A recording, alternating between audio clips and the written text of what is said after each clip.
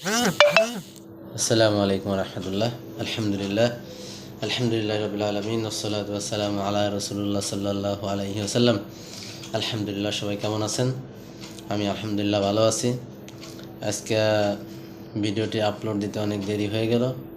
ভেবেছিলাম মনে হয় আজকে ধারাবাহিক আলোচনার যে আমরা মাসাইল সম্পর্কে জানতেছিলাম মনে হয় আপলোড দিতে পারবো না, কারণ একটা খেলা, আমাদের একটা ক্রিকেট টুর্নামেন্ট খেলা হচ্ছিল। ওই দলে আমি সাপোর্টে ছিলাম, এই জন্য খেলা দেখতেছিলাম, যার কারণে একটু দেরি হয়ে গেল। যাই হোক, সবাই ভালো থাকেন।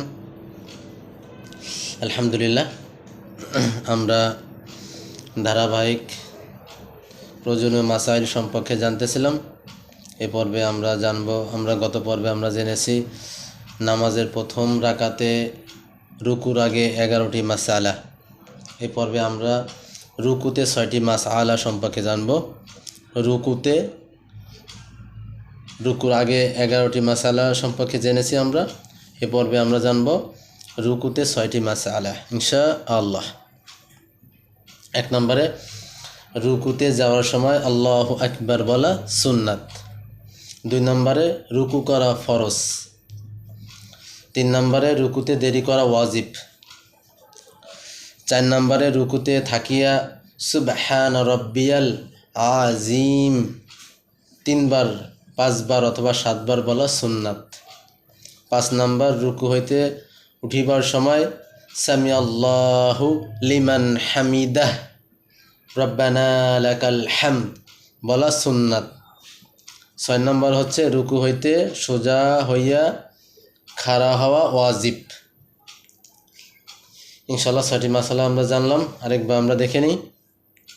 রুকুতে যাওয়ার সময় আল্লাহু আকবার বলা সুন্নাত, রুকু করা ফরজ, রুকুতে দেরি করা ওয়াজিব, রুকুতে থাকিয়া সুবহান রব্বিয়াল আজিম বলা 3 বার অথবা 5 বার অথবা 7 বার বলা সুন্নাত। রুকু হইতে উঠিবার সময় সামি আল্লাহু লিমান হামিদাহ রব্বানা লাকাল হামদ বলা সুন্নাত।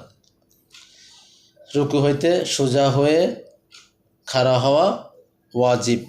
ইনশাআল্লাহ আমরা নিজেরা আমল করি, নিজেরা এই মাসআলা সম্পর্কে আমরা জানার চেষ্টা করি, নিজের পরিবারকে জানানোর চেষ্টা করি এবং বন্ধুবান্ধবকে জানানোর জন্য ভিডিওটি শেয়ার করে দিই।